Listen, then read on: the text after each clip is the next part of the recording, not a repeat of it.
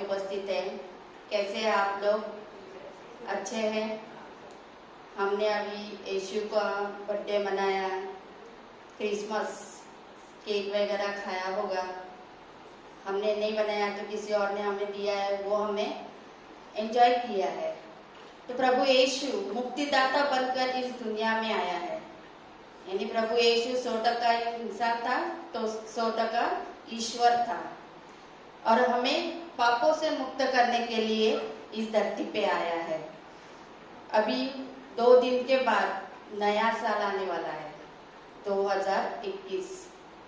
2020 तो जा रहा है, कैसे ऐसे वैसे करके हम उसको ढकल रहे हैं, क्योंकि ये इतना बड़ा संकट आया है तो ऐसा लगता है ये जल्दी जाए तो अच्छा है। 2021 अच्छा आना चाहिए। लेकिन इस 2021 में हम आध्यात्मिक रूप से तैयारी कैसे करनी है, कैसे हमें जीवन जीना है, हमारा लक्ष्य प्रभु यीशु पे कैसे रखना है, उस पर हमें थोड़ा विचार करना है, जो अब तक हमने किया नहीं होगा टेंशन की वजह से। लेकिन हमें वो विचार करना है कि हमारा 2021 में कैसे हम जीवन जिए, कैसे हम प्रभु यीशु को हमारे जीवन में बुलाएंगे। तो आज का विषय भी यही है कि नए साल की शुरुआत कैसे करेंगे। सिर्फ 2 ही दिन हम लोग के पास रह गए हैं, तो अभी हमारे पास समय है। 2 दिन बोले तो हमारे पास बहुत समय है। तो इसके लिए हम लोग क्या करेंगे, वचन पढ़ेंगे पहले।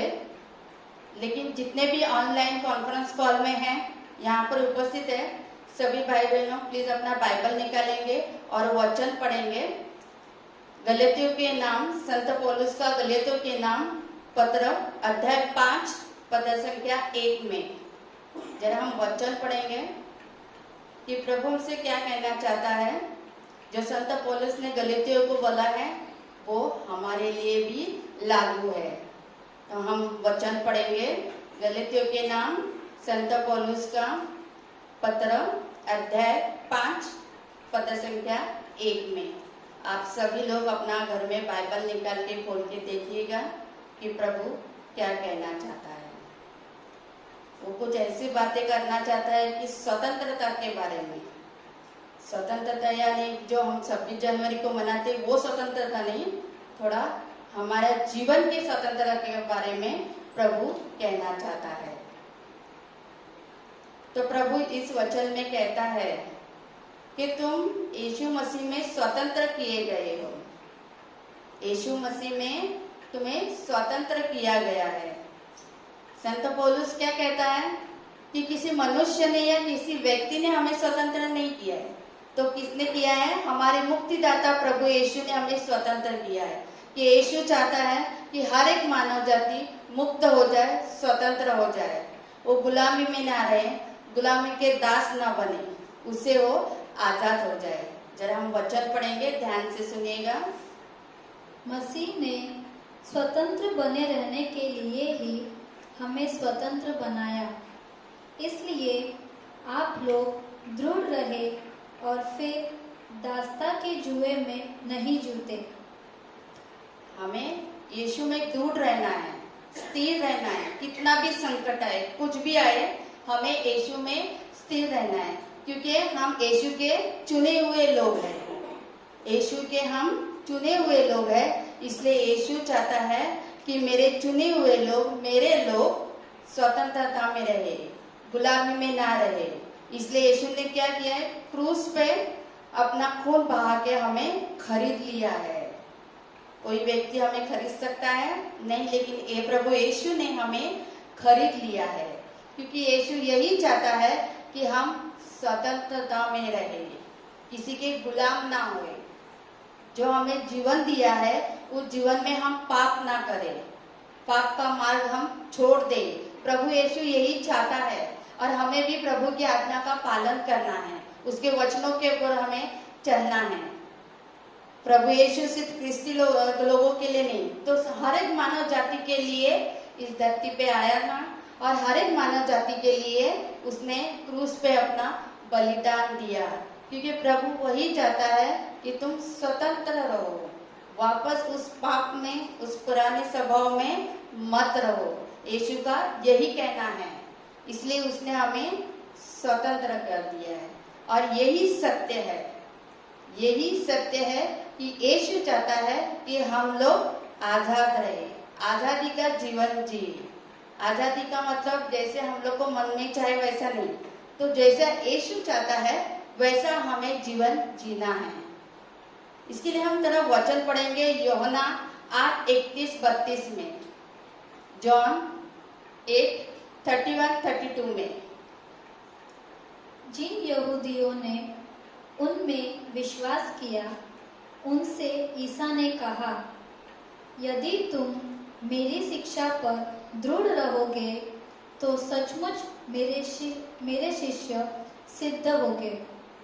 तुम सत्य को पहचान जाओगे और सत्य तुम्हें स्वतंत्र बना देगा। तुम सत्य को पहचान जाओगे और सत्य तुम्हें स्वतंत्र बना देगा। सत्य क्या है? प्रभु यीशु। और स्वतंत्र गुलामी से, पापों से हमें वो आजाद करना चाहता है, मुक्त करना चाहता है, क्योंकि हमारा ये जीवन है वो प्रभु यीशु का दिया हुआ दान वरदान है। प्रभु को हमें हमारे जीवन में दोस्त बनाना है, मित्र बनाना है, जो 2020 में हम वो कर नहीं सके इस संकट में, इस टेंशन में, लेकिन 2021 में हम प्रभु को अपना दोस्त बनाएंगे, सच्चा साथी बनाएंगे, मित्र बनाएंगे, और जो राह जो बताता है वही राह पे हमें चलना है। 24 घंटा हमें प्रभु यीशु का कार्य करना है। अभी 24 घंटा हमें प्रभु यीशु का कार्य करना है, मतलब हमें काम धंधा, नौकरी, परिवार सब छोड़ देना है? नहीं, ऐसा नहीं है। कोई लोग इसका गलत मतलब निकालते हैं। जैसे प्रभु ने वचन में कहा है, मेरे पीछे चले आओ, सब कुछ छोड़ के मेरे पीछे चले आओ।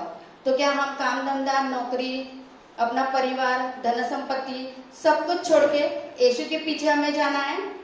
नहीं, उल्टा प्रभु कहता है जो मुफ्त में खाते हैं उनको रोटी का एक निवाला भी नहीं देना है। जो मुफ्त में खाता है उनको रोटी का एक निवाला भी नहीं देना है। प्रभु चाहता है कि तुम लोग तुम्हारा जो कर्तव्य है वो पूरा करो और उसके साथ साथ ये मेरा कार्य भी करो। लेकिन हम लोग क्या करते हैं, उसका बराबर उल्टा मतलब निकालते हैं। तो वो हमें थोड़ा ध्यान में रखना है। प्रभु ने कहा है कि मेरे पीछे चले आओ, सब कुछ छोड़ के मेरे पीछे चले आओ। इसका मतलब प्रभु का कहना है जो तुम्हारा पुराना स्वभाव है, तुम्हारे पाप है, तुम्हारा जो पुराना जो तुम सोच विचार करते हो, वो सब कुछ छोड़ के मेरे पीछे चले आओ। तो वो हमें कोशिश करना है। हमारा जो कमजोरी है उसके ऊपर हमें लक्ष्य देना है। अभी हम ये कैसे करेंगे?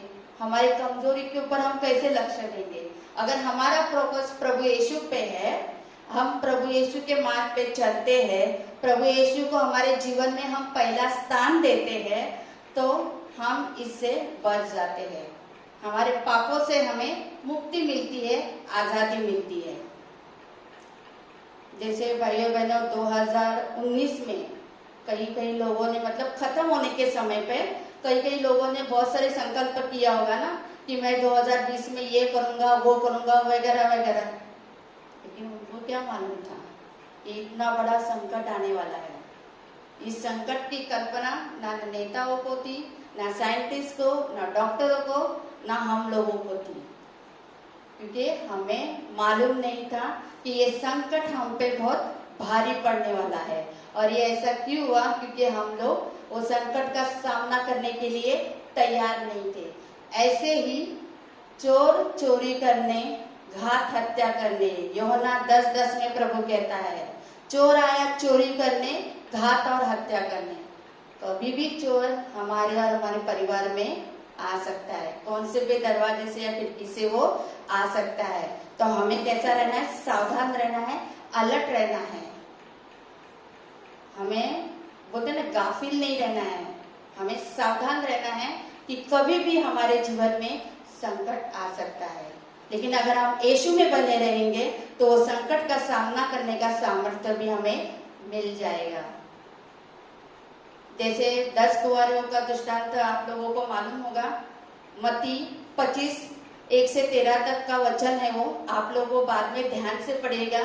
उसमें जो पहले 5 कुंवारी थी, वो जो दूल्हे का इंतजार कर रही थी, वो कैसी थी? लापरवाह थी, बेफिक्र थी, आलसी थी। वैसे हमें नहीं बनना है। दूसरी 5 कुंवारी थी, वो कैसे थी? सावधान थी, अलर्ट थी। कभी भी दूल्हा आएगा तो उसके साथ हम जा सकेंगे। ऐसा कभी भी हमारा मुक्तिदाता यीशु हमारे जीवन में, हमारे परिवार में आएगा तो हम भी उसके साथ जा सकेंगे। इसके लिए हमें हमेशा सावधान रहना है, अलर्ट रहना है। जैसे कि भाई बहनों, मेरे जीवन में भी ऐसा ही हुआ था। एक तरफ मैं यीशु के अच्छे मार्ग में जा रही थी, पवित्र आत्मा से भरी हुई थी, सब कुछ अच्छा था।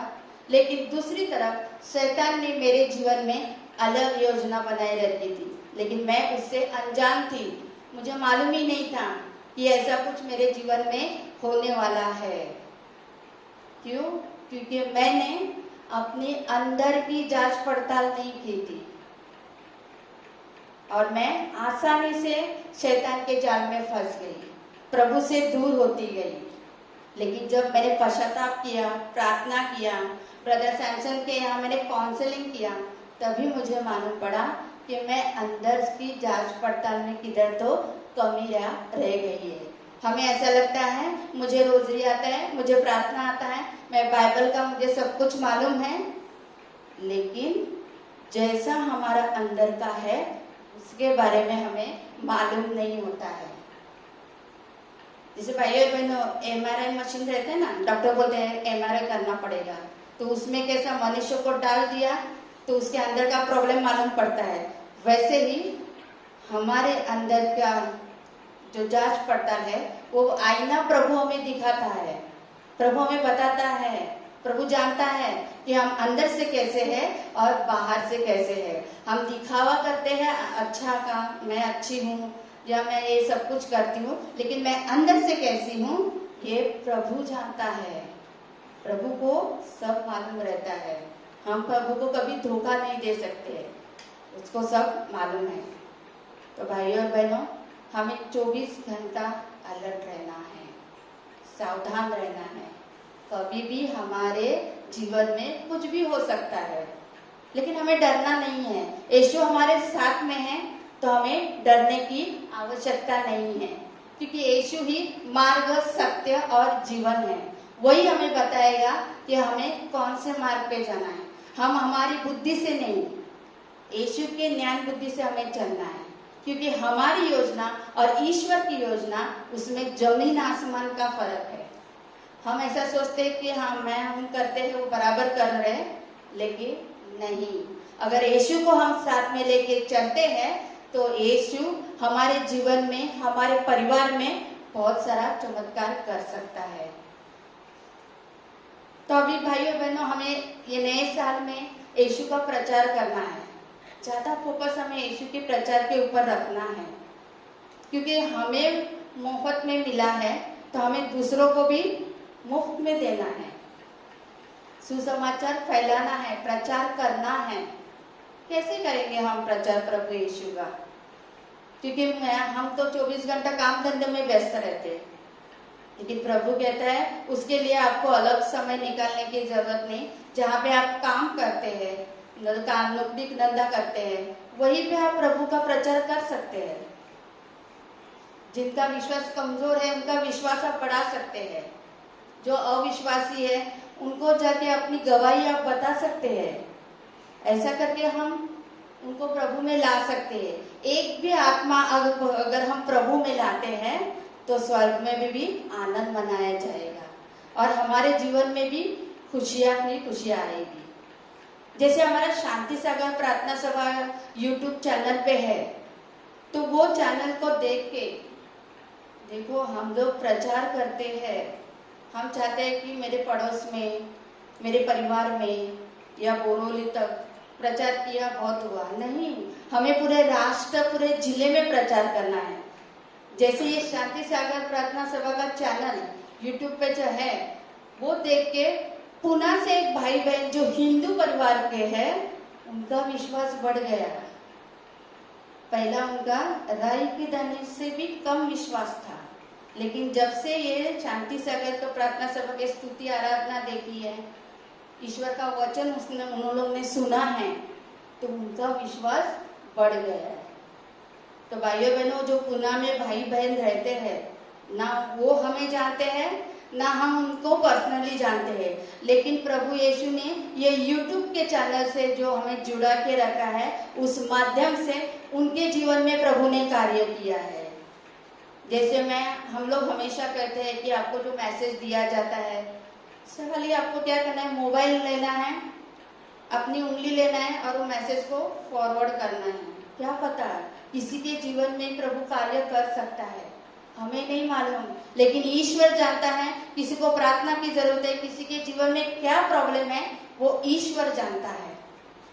भाई बहनों, जैसे मोबाइल का चार्जिंग खत्म हुआ तो मोबाइल स्विच ऑफ, जब तक हम उसको चार्ज नहीं करेंगे वो ऑन नहीं होगा। वैसे ही हमारा जीवन है, अगर हम यीशु का शक्ति सामर्थ्य अपने जीवन में नहीं लेंगे, तब तक हम लोग चार्ज नहीं होंगे। तब ये कैसे करना है, तो हमें 24 घंटा यीशु से कनेक्शन जुड़ाए रखना है। प्रभु ने ये हमें अच्छा माध्यम दिया है, 24 घंटा। अब ये 24 घंटे में हम कितना समय यीशु को देते हैं, वो ईश्वर जानते हैं और हम लोग जानते हैं, क्योंकि हम लोग 24 घंटा भी बिजी रहते हैं। लेकिन हमें नए साल में 2021 में हमें ये कोशिश करना है कि हम ज्यादा से ज्यादा समय प्रभु को दे सके। अपना काम धंधा नौकरी वगैरह छोड़ के नहीं, तो प्रभु को साथ में लेके चलना है। हमें पृथ्वी का नमक बनना है। प्रभु बोलते हैं तुम नमक बनो। कैसे बनेंगे हम नमक, कैसे बन सकते हैं हम नमक? तो भाई बहन, मैं उदाहरण देना चाहती हूँ। जैसे मैंने बहुत अच्छी तरह से भोजन बनाया, उसका स्मेल भी बहुत अच्छी तरह से आ रहा है, सब कुछ अच्छा है, लेकिन अगर मैंने उसमें नमक ही नहीं डाला तो वो भोजन कैसा लगेगा? फीका, कुछ टेस्ट ही नहीं है। वैसे ही हमारा जीवन है। अगर प्रभु यीशु हमारे जीवन में नहीं है तो हमारा जीवन भी फीका है, कुछ टेस्ट नहीं है हमारे जीवन में। इसलिए प्रभु यीशु को हमारे साथ साथ लेके चलना है। जितना हम प्रभु यीशु को हमारे जीवन में साथ लेके चलेंगे, उतना ही हमें और हमारे परिवार को प्रभु कृपा आशीष से भर देगा। पीढ़ी दर पीढ़ी, इतना ही नहीं, हमारे तक वो सीमित नहीं रहेगा। जैसे प्रभु का वचन करता है, प्रभु यीशु पे विश्वास रखो तो तुम और तुम्हारा घराना उद्धार पाएगा। उद्धार पाना यानी हर एक बंधन से मुक्ति। जो हमारे माता पिता से, पूर्वजों से आए हुए बंधन है, उसे हमें मुक्ति मिलती है। लेकिन ये कभी होगा? जब भी हम यीशु में रहेंगे। नए साल में हम ये संकल्प करना है, ये अच्छा संकल्प है। बाकी का संकल्प ठीक है, मेरे घर में नया ये आना चाहिए, वो आना चाहिए, वो सब कुछ ठीक है, लेकिन यीशु के साथ मेरा कनेक्शन कैसे जुड़ेगा, उसका हमें संकल्प करना है, वो हमें सोचना है। अभी उसके लिए हमें प्रार्थना करनी है, लेकिन हमारे पास प्रार्थना के लिए समय कहाँ है? सुबह से उठ के रात तक सोते समय हम लोग काम ही काम है। लेकिन हमें समय कब मिलता है? जब हमारे जीवन में कुछ भारी संकट आता है, तभी हमें समय मिलता है और हम बराबर यीशु के पास 1 घंटा बैठेंगे। ऐसा किसी को बोला कि जरा 1 घंटा प्रार्थना करो, हाँ करेंगे, अभी नहीं, दोपहर को नहीं, शाम को नहीं, रात को। लेकिन जब हमारे जीवन में संकट आ गया, परिवार पे संकट आ गया, तो हम लोग बैठ गए, तभी हमें काम धंधा कुछ याद नहीं रहता है। तो इस तरह हमें स्वार्थी नहीं बनना है। जैसे प्रभु यीशु निस्वार्थी हमसे प्रेम करता है, तो हमें भी निस्वार्थी बन के प्रभु के पास जाना है, दूसरों को मदद करना है। मैं और मेरा परिवार ये नहीं देखना है, चलो गए साल में जो हुआ सो हुआ, प्रभु उसे भी अच्छा किया, इसलिए प्रभु को धन्यवाद देना है। ये जो संकट और महामारी आई है ना, उससे से हमें एक सीखने को मिला है कि कभी भी किसी भी समय हमारे ऊपर संकट आ जाता है और उसके लिए हमें तैयार रहना है। हम नहीं जानते वो दिन वो घड़ी कब हमारे जीवन में आएगी, तो हमें 24 घंटा तैयार रखना है यीशु के साथ में रहने के लिए, यीशु को साथ में लेके चलने के लिए। हम कहते हैं कि हमारे बच्चों को पढ़ाई की वजह से टाइम नहीं है, वगैरह वगैरह बहुत सारे हम लोग रीजन देते हैं। लेकिन जब संकट आता है तो वही बच्चों को हम लोग रोजरी लेके बिठाते हैं, बाइबल पढ़ने के लिए बोलते हैं, प्रार्थना करने के लिए बोलते हैं। तो इससे अच्छा है हम पहले से ही अपने बच्चों को साथ में लेके प्रार्थना करिए, रोजरी करिए। कितना चाहता है प्रभु आपसे? पूरा दिन नहीं चाहता है। प्रभु कहता है, प्रभु को मालूम है आपको काम धंधा ये सब कुछ करना है, लेकिन मेरे लिए सिर्फ 10 मिनट निकालो, आधा 1 घंटा, वो बस है। जितना हम यीशु के पास जाएंगे उतना हमें मुक्ति और आजादी मिलेगी। हम 26 जनवरी को नारे लगाते हैं स्वतंत्रता की, लेकिन प्रभु हमारा जीवन में रोज हमें स्वतंत्र करता है, रोज हमें मुक्ति देना चाहता है, लेकिन उसकी तरफ हमारा ध्यान नहीं रहता है, क्योंकि हमारा सारा ध्यान हमारे प्रॉब्लम के ऊपर रहता है। तो उस पे ऊपर हमें सोच विचार करना है।